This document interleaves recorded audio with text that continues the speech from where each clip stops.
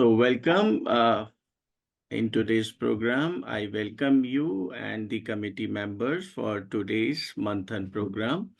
Before we start the program, there are some information to be shared. So the management committee of ISTD Delhi chapter is pleased to present you its esteemed members the quarterly newsletter plus the third edition covering the period October to December 2023. Enjoy the read and please share the feedback. Then another thing is our next program on graphology will be on 27th of January. So you can participate and you can gain benefit out of that. Now it's time to introduce our today's moderator of the day, Namrata Singhal. She is a finance consultant and corporate trainer with over 16 years of experience. Currently, she is a consultant with Moody's Analytics. As a corporate trainer, her area of specialization include finance, data analytics, and soft skill training. As a freelancer, she trains for BSc, NSc, and IMA, All India Management Association, Arun Jaitley National Institute of Finance under Ministry of Finance, and London School of Economics. So she is having rich experience and we welcome her as a moderator today. Now, not taking much of the time, let us move to a very interesting topic in the series of Manthan, that is multi-generation management skill in current scenario. So thank you very much, and over to you, Namrata ma'am. Thank you very much. Thank you so much, Rajesh sir. Thank you for the introduction. I hope I'm audible enough. Absolutely, ma'am. Okay, sure. Thank you. Thank you so much. First of all, wishing everyone a very happy Lohri. Today, in the middle of Lohri and Pongal and Makar Sankranti, wishing everyone happy festivities. With this, today's topic that is about multi-generational management. I think apart from professional, that is something that we come across at every age, at every level. Since childhood, we face across the multi-generational thing. As we grow up, we try and understand, yes, how our elders have come across and what paths they have followed. And coming to the corporate level and the workforce thing, the multi-generational workforce is the same, where we have span of different generations coming together and working for one single target. These days, we have technical terms coming around, which is Gen Z, we have millenniums, we have Gen X. Some of the elder ones are also known as baby boomers, for which I personally do not agree. They are the one with the richest experience. They are the one so they are not the babies, but they are done with the grandest bloom path they can guide us with. So over here, today's topic is very interesting, that how do we engage everybody? It is very essential to engage and include the diverse prospect that we have today. How do we take into picture everybody's perspective and create harmony and engage and move together in association and try and create a cohesive environment for everyone? So with this, I would like to introduce our today's two speakers. The first one that we have comes with a numerous and humongous experience. I would like to introduce Professor Chandan Ghosh. Mr. Ghosh is the CEO with Nishkant Technologies India Limited. He served as a professor and head of Resilient Infrastructure Division at National Institute of Disaster Management, Ministry of Home Affairs, Government of India from July 2016 till last month, December 2023. He has double PhD in his credit. The first PhD has been done from IIT Kanpur in 1992. The second PhD has been done from Ibaraki University, Japan in 2004. He is a member with Disaster Management Committees Authority. He's a chief editor. He's CA and CR journal. He's advisory board at numerous committees. And apart from this, he has authored numerous research papers. He has trained people in several disaster management techniques. He serves as a faculty dean, and he has many more numerous applause to his credit. With this, I would like to welcome uh, Ghosh sir for today's program. Thank you so much, sir, for joining us. Thank you, Namrata, and also Dr.Anubha Walia, whose leadership role has been very much crucial at the time that when I first attended in the Bigyan Bhavan, the award ceremony or one of the ceremony 2 years back. And also this today is a very special day for all of us. After some time, maybe I'll be listening to lots of noises around in the main open ground, where lots of preparation has been made by our people. But at the same time, I can see that a topic chosen over here, and which is really multi-generation. Now maybe to be very frank enough these days that we are always at the transition phase. We are always at the transition phase, not able to communicate. Somehow, every generation, maybe at our age, at the middle age, we can say, it is so difficult to talk or give a respect to the elders among with us, and also to understand that what are the rudiments of the problems that in this complex world, our next generation, Gen X, as you have rightly mentioned, or many things that, and many books are coming out, and in every day new ideas are coming up, and it is all with the current generation. And in one of the book that I see that new generation they are looking at, we are no doubt by age has become parents, and we have become emotionally unfit for the Gen X that who is coming up, because we are not matured enough. So we are being told, or we are being described as we are not matured enough to understand that what are the complexities that our younger generation are facing. At the same time, what we expect that, or what it is a kind of time that going on, that how to give respect to the elders that who brought us up to this level, and at the same time more challenges that we are facing to keep a connection between Gen X and generation that which has brought up. So every one of us, we face this transitional phase, and at the same time, whatever that in maybe we have learned or we have been learning, we are seeing that we have to unlearn many of the things that in our college days or university days, whatever teacher used to say, that whatever we have followed at that time with the contemporary ways that in the age of internet and the technology, mobile and all other communication that has brought in us, it is an issue of humanization. Or like 20 years back when I was in Japan, they have made at that time humanoid robot spending billions at that time, 20 years back in 2001 or 2.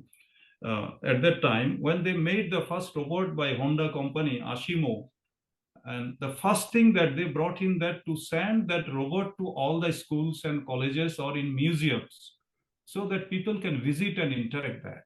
Of course, in the last 20 years, lots of development has taken place, and we can see that with artificial intelligence and with the big data, machine learning, and the way that we are conversing, even which COVID has given us this kind of platform. It is also one kind of, I would say, disruptive, development, disruptive changes that has brought us, that we are able to communicate right now in this manner, which we have never imagined even this kind of communication even before COVID. So COVID has given us different kind of ability to connect. But at the same time, you may agree that, or our audience, you may see that you may be having different vision.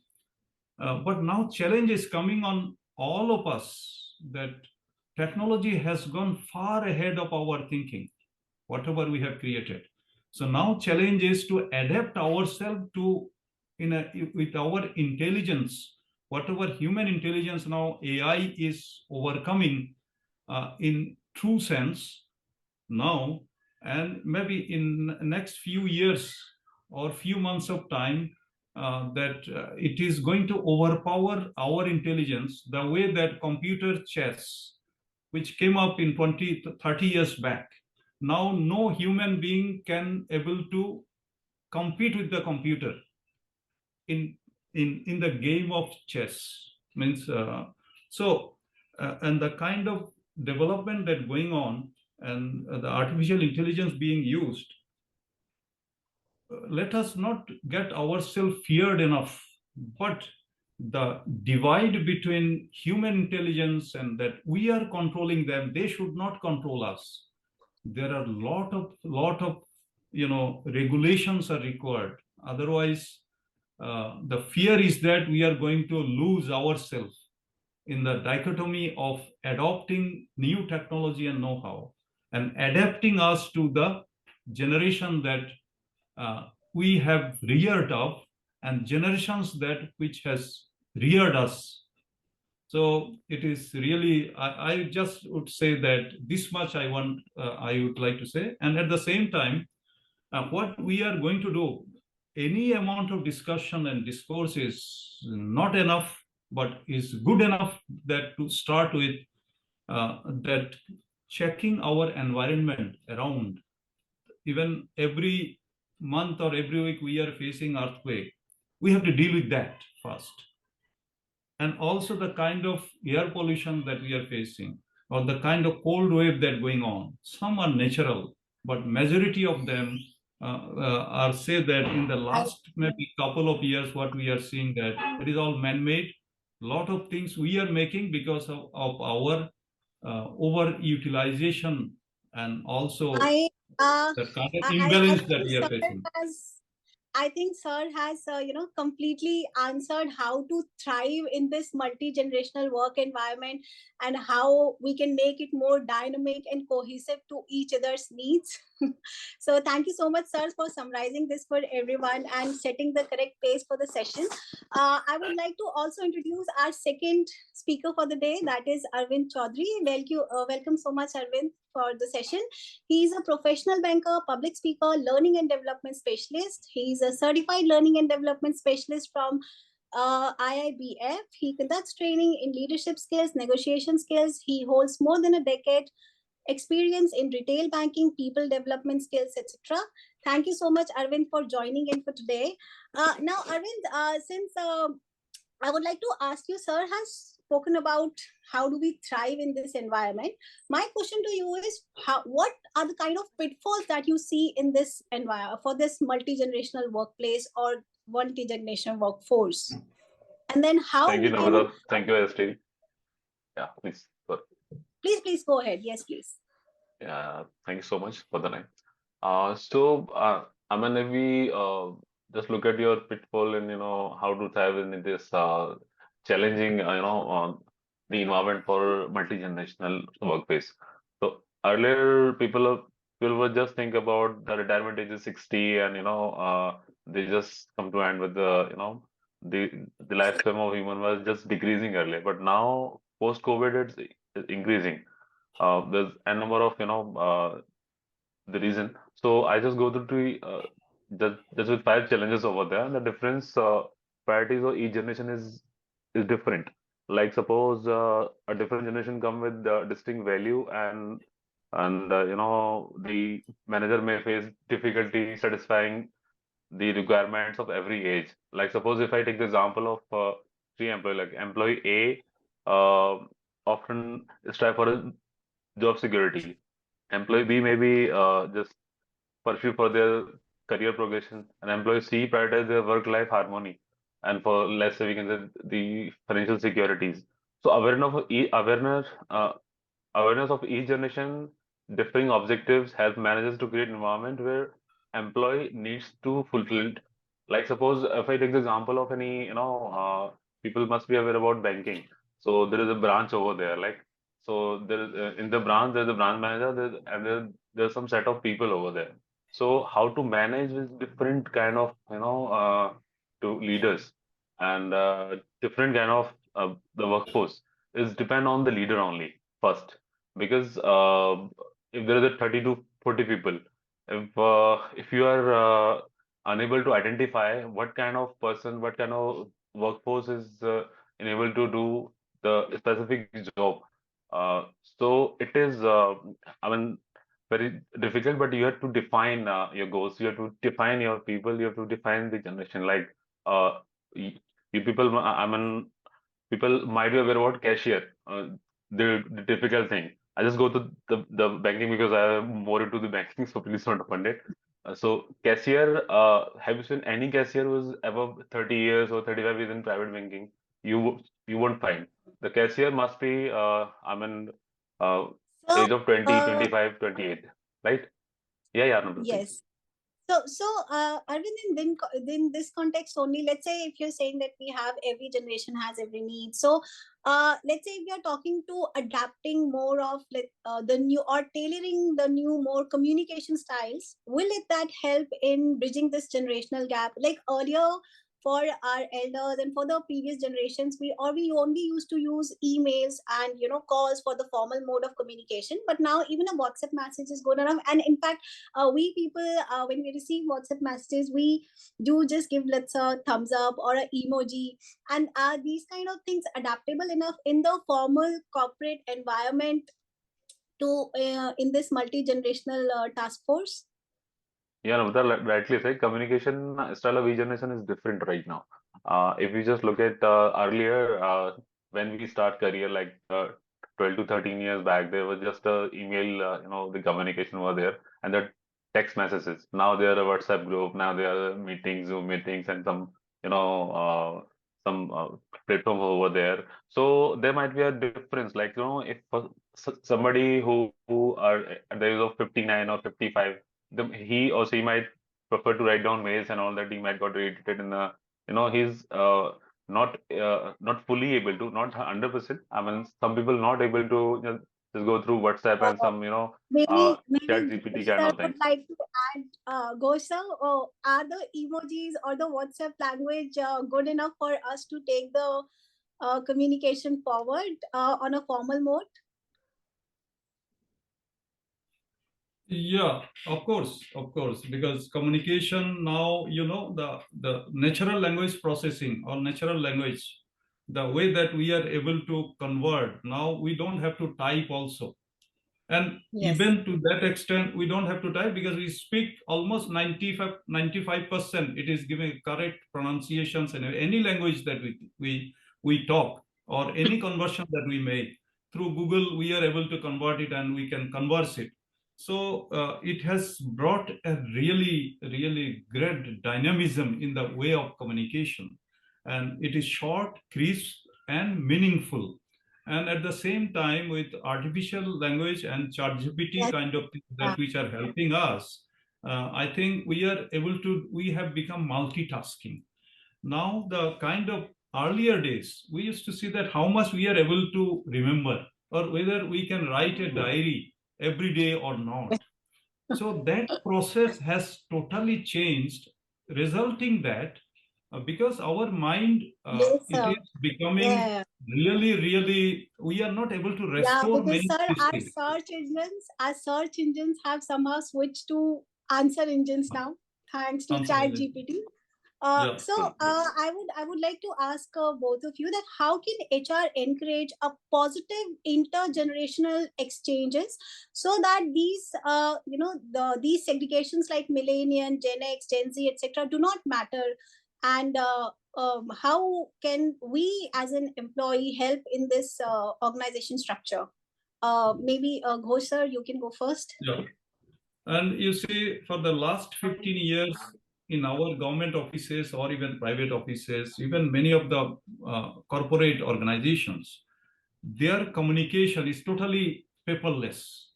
You go to highest officer, vice president or president, it is totally paperless because it is all they are having a e-office kind of things, our so through e-office, like our office adopted just hardly 7-8 months back.